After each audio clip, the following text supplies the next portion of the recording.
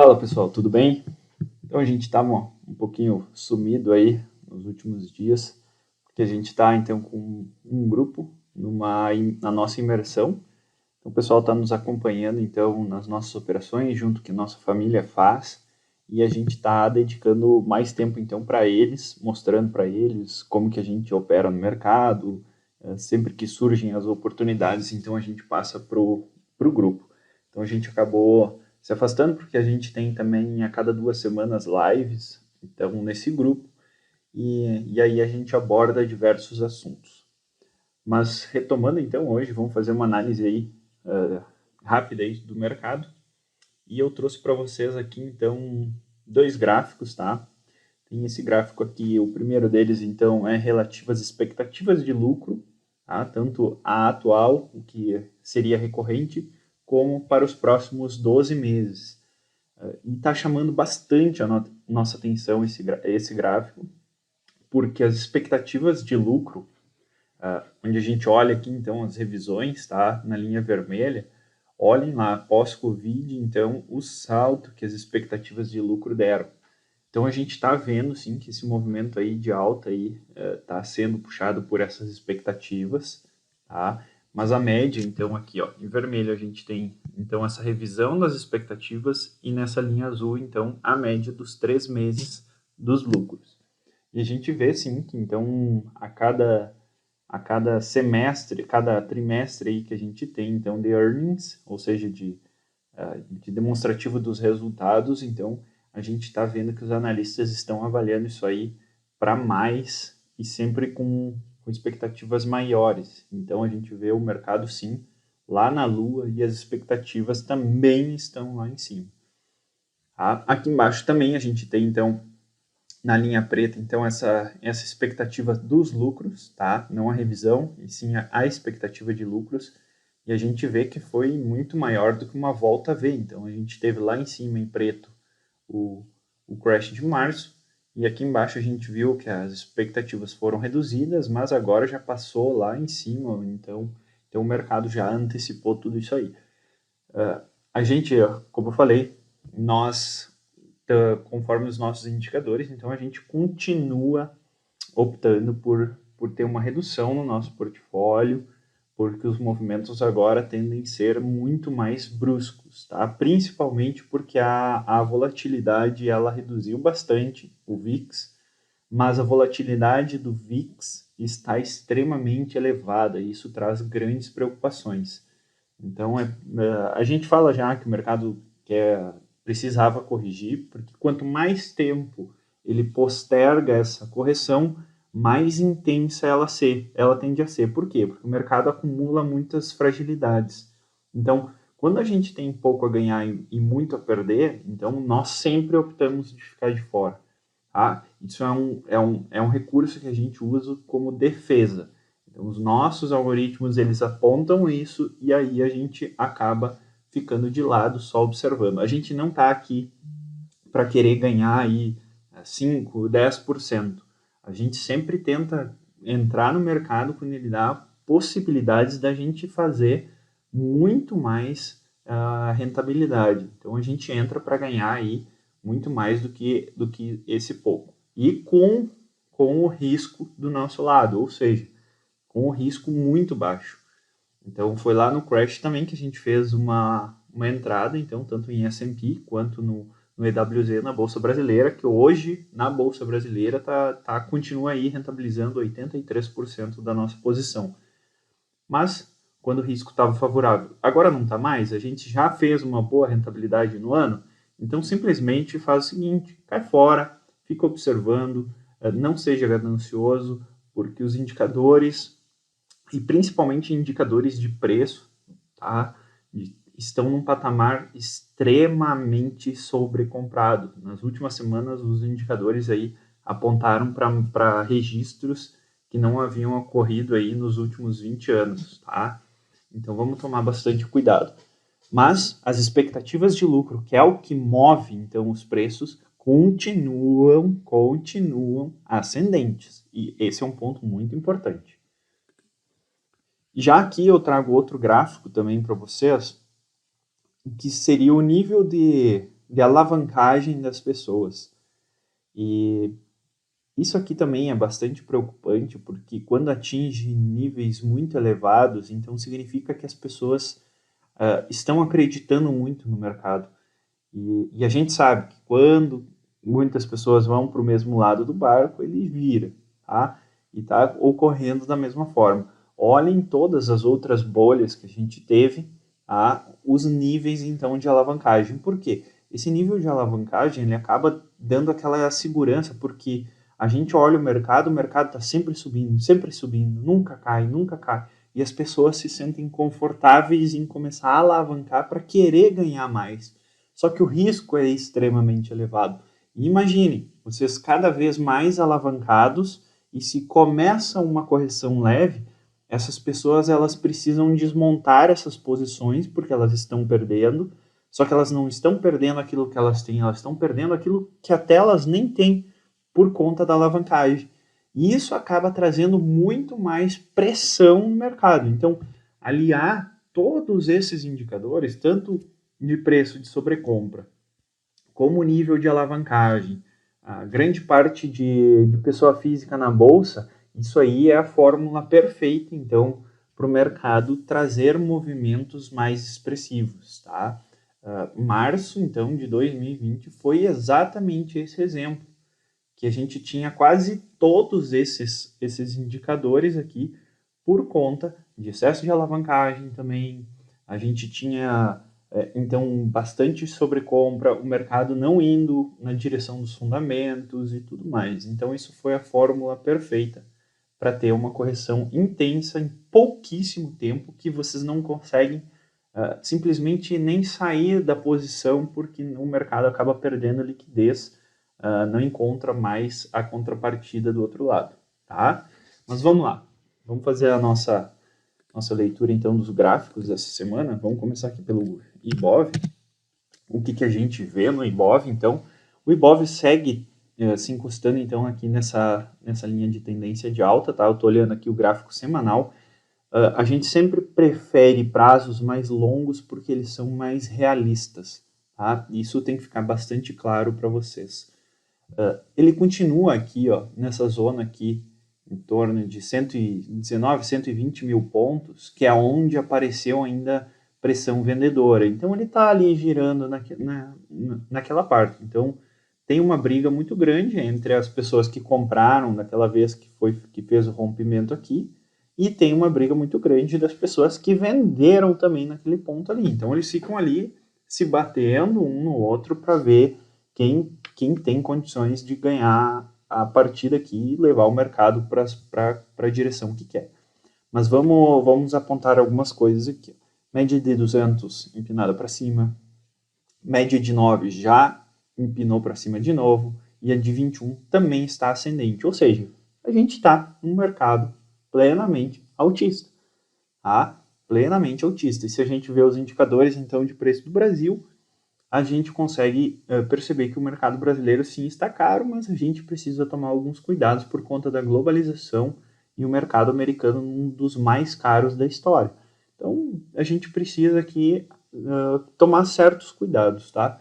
Então, por isso que a gente está aguardando ter uma oportunidade para a gente voltar, porque as expectativas de lucro seguem altistas. Então, a gente pode aproveitar as novas oportunidades de alta, mas o risco tem que estar favorável. Tá? Não adianta o risco não ser favorável e a gente querer entrar, lidar com FOMO, né? Aquele medo de ficar de fora. Não adianta isso. A gente já passou por várias vezes quanto a isso e a gente sabe que não vale a pena. Então, às vezes, é melhor a gente ficar aí 3, 4, 5 meses fora do mercado, mas quando ele nos der uma oportunidade, vocês terem esse caixa para fazer a compra num ponto onde o risco é praticamente nulo. E isso dá uma rentabilidade muito maior. E, primeiro, sem estresse, sem aquele incômodo, sem as dores de barriga, tá? Então, precisa ter paciência, certo? Índice futuro também, então a gente está vendo aqui um aumento de volume. Por mais que aqui não nos indicou nada, não teve pressão compradora aqui de forma alguma, ainda não visualizamos isso, mas ele segue nesse canalzinho de alta aqui e está tentando, continua subindo. Podem olhar mesmo até no diário, então as médias estão todas apontadas para cima. Agora começou a embolar um pouco mais, mas ele está nessa região aqui, ó, de 125 e 108 mil pontos. O que nós acreditamos? Eu acho que essa zona aqui, ó, dos 110 mil pontos, é possível segurar bem o índice Bovespa, tá? Então, se ele vier aqui para baixo, ou se vier aqui para os 95, a gente nunca sabe, mas mesmo assim aqui teve bastante defesa e é possível que vão defender novamente esses pontos aqui, tá? A gente tinha marcado desde esse dia aqui, ó, olhem como segurou o mercado, todos esses outros, certo? Então, vamos acompanhando aí com muita tranquilidade. Dólar. O que a gente tem a dizer do dólar? Vamos lá, mensal. Dólar no mensal, então a gente fez um canal de alta aqui. Ele respeita, eu gosto dessas zonas aqui porque são zonas onde chamam tanto compra quanto venda, tá? São zonas, são áreas, quer dizer que ele se aproxima e as pressões vêm, tá? Então não quer dizer que ele tem que tocar exatamente esses pontos. A gente tem que ver que o mercado é dinâmico, tá? Mas o dólar, se ele encostasse aqui na média de 21, seria excelente, mas a gente já começou a fazer uma comprinha aqui de dólar. A gente vê aqui então com uma média de 9 como flat praticamente, tá? O dólar costuma fazer essas lateralizações, mas no longo prazo a gente não vê nada demais assim, o dólar segue bom, segue numa tendência, então a gente só tem que ter essa paciência. Notem aqui então que temos outras linhas de tendência que ele está querendo então vir aqui, ó, para esses pontos. Ele está nessa lateralização aqui, ó, podem ver. Então ele chega aqui no 5,85 por aí e vai lá para baixo, 4,90. E fica aqui andando isso aqui. Quem tiver paciência vai sempre esperar quando o dólar estiver, então, sempre nessa região aqui de 4,90. Pode cair mais? Claro que sim, gente. A gente nunca sabe o que o mercado vai fazer. Mas a gente não lida aqui, não está falando em termos de especulação, a gente fala em termos de remessa, em vocês dolarizarem o patrimônio, seja no Brasil, através dos contratos futuros, seja enviar para o exterior. Tá? Isso é muito importante. Então o dólar está aí nesse recuo, mas notem, tá? Já é a quarta semana que ele faz de recuo, e geralmente após essas 4 semanas, tá? É difícil ele ter uma quinta semana de queda, ok?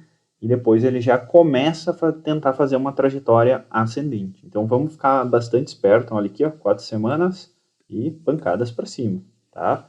Aqui também, ó, 4 semanas e alta. Então, 4 semanas e uma altinha aqui, ó. Mas geralmente esse é um movimento já característico do dólar. Então a gente já vê aqui, ó, que começa a entrar sombras aqui, ó, o volume começa a aumentar, as pessoas tentando defender suas posições, tá? Quanto aos juros futuros, então o Banco Central aí, o Copom sinalizando aí novo aumento, então, para as próximas reuniões. Ele já sinalizou isso, que vai ter aumentos até o fim do ano, mas a gente não sabe de quanto, tá? Mas a próxima ele já indicou, se não me engano, 0,75 novamente. E isso impacta aqui nos juros futuros, e a gente tem que ter claro, gente, se o Copom está sinalizando que vai aumentar os juros e vai aumentar até o fim do ano, ele disse para o mercado, por que a gente vai apostar contra, sendo que o Copom disse uma oportunidade única de ganhar dinheiro? Então, desde dessa época aqui, onde a gente fez a nossa primeira entrada, a gente viu que isso aqui estava extremamente distorcido, porque o Copom falou que ia aumentar os juros. Então, bastava a gente entrar comprando. Então, claro, aqui a gente fez um pequeno trade, tá, de alguns pontos, só que a gente ganhou no tempo. Porque o DI, conforme passam os dias, você vai perdendo, então, dinheiro ali, tá? Quem está comprado, quem está vendido, ganha esses juros. É claro que os juros é pouco, mas o montante é grande. Mas a gente fez um trade aqui, então, que a gente conseguiu reduzir bem mais o nosso preço médio. Então, só esse período aqui, a gente já conseguiu reduzir aqui o preço médio para um 7,80. Por mais que a gente comprou em 8, mas o período que a gente ficou fora já fez com que nosso preço médio fosse para baixo, tá? Então aqui a sinalização continua sendo altista, vamos ver como é que está no semanal. Olhem isso aqui, meu Deus. Eu estava um pouco de fora olhando os gráficos dos juros em prazos mais longos. Obviamente que a gente tem a média de 200 aqui, que ela segura com bastante força, mas olhem isso daqui. Lembrem que eu falei para vocês sobre as compras agressivas na média? Então olhem aqui, ó, quando bateu na média de 9, olhem os compradores agressivos aqui já tentando puxar o mercado para cima. Isso aqui é fantástico, gente. Se tu é um investidor agressivo, utilizem as médias, tá? Tanto de 9 quanto a de 21 aqui é excelente. Nós procuramos usar sempre as médias exponenciais, tá? Olhem aqui, ó. A de 9 deu uma seguradinha, mas foi lá na de 21 e porrada para cima, tá? Isso aqui vocês podem utilizar um setup que se chama, se não me engano, é o PC de compra, que é que o mercado faz essa correção à média, você marca, por exemplo, aqui, ó, fez a correção à média, chegou na média, tu marca aqui o candle aqui, ó, que está próximo, já marca aqui em cima, tá? É ponto contínuo, ou seja, seria uma correção no mercado até a média e depois ele vai voltar à sua trajetória.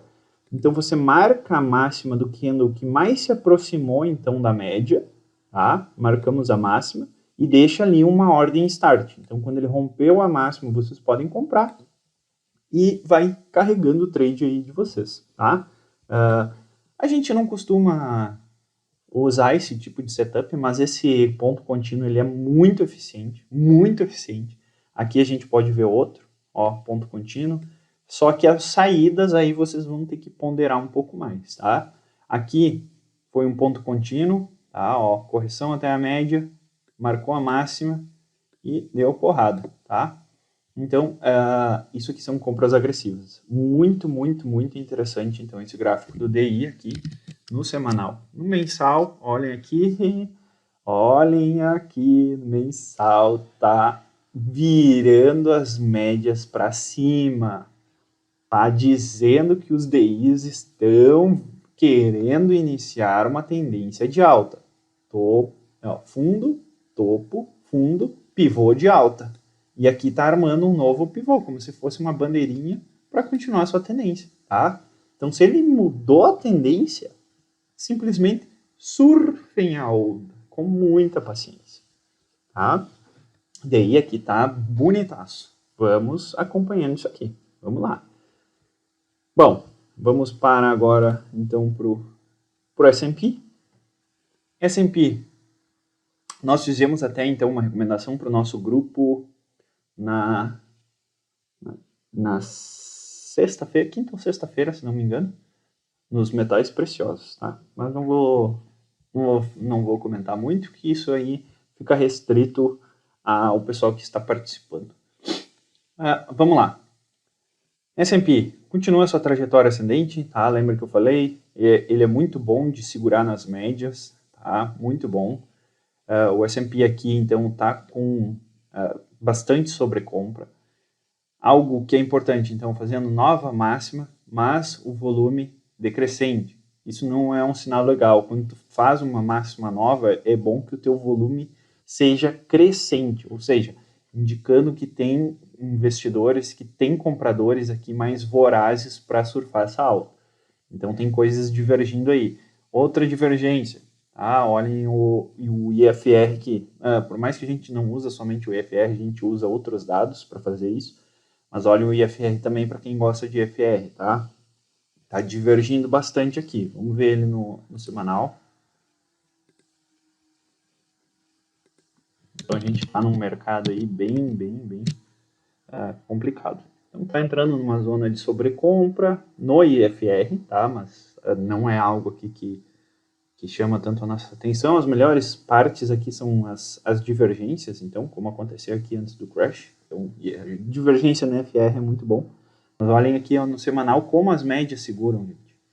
Não dá para apostar contra o S&P aqui, tá? Porque ele é um índice muito forte. Somente se ele fizer um pivô de baixa, alguma coisa, aí sim dá para entrar numa posição que favoreça a baixa. Tá? Aqui é simplesmente ou você faz um hedge, tá? Fica no 0 a 0, ou você fica de fora. Tá? São essas duas opções. Faz um hedge para, se o mercado cair, vocês monetizam a posição de vocês, ou fica de fora somente observando, sem muito estresse. Não adianta querer ser ganancioso nesse momento.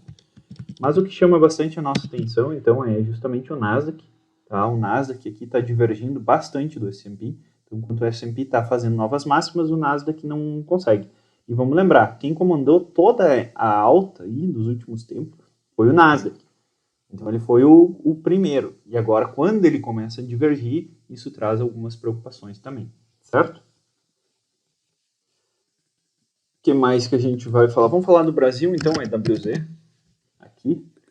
Então, lutando aí no semanal nas médias, mas uma barra imponente. O volume nem tanto, tá? Mas uma barra bem interessante aqui.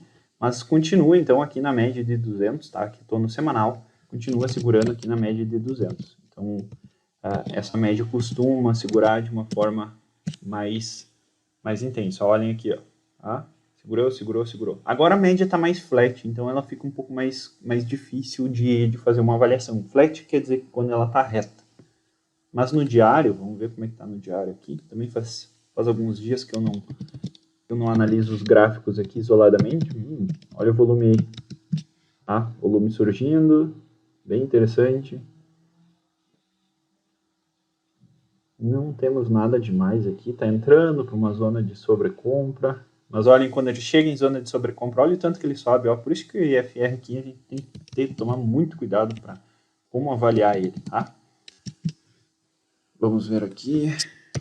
Ouro. O ouro está espetacular. Tá? A gente vê que o ouro já começou a mudar a sua tendência aqui para uma tendência de alta, voltando à sua tendência altista. E a gente fez uma indicação aí para o nosso grupo. Tá? Mas no Brasil e fora. Então, é mais ou menos isso que a gente tem para passar. Pessoal, chegamos aí em 20 e poucos minutos, tentei ser mais breve, mas às vezes a gente quer passar mais informações para vocês. Mas não esqueçam de curtir o vídeo aí, tá? Se vocês querem que a gente analise algum ativo também, fiquem à vontade. Não deixem de nos seguir lá no Instagram também. E lembrando que o que a gente fala aqui não é recomendação de compra ou venda, tá? Isso aí vocês têm que gerenciar com o próprio risco de vocês. Desejo a todas as mães aí um feliz Dia das Mães, um excelente finalzinho aí de domingo e uma ótima semana, bons negócios e paciência que o mercado vai dar oportunidade breve. Por isso que a gente abriu essa imersão logo, não estamos prevendo nada. Mas a gente acredita que uma oportunidade vai ter. Até mais. Um abração.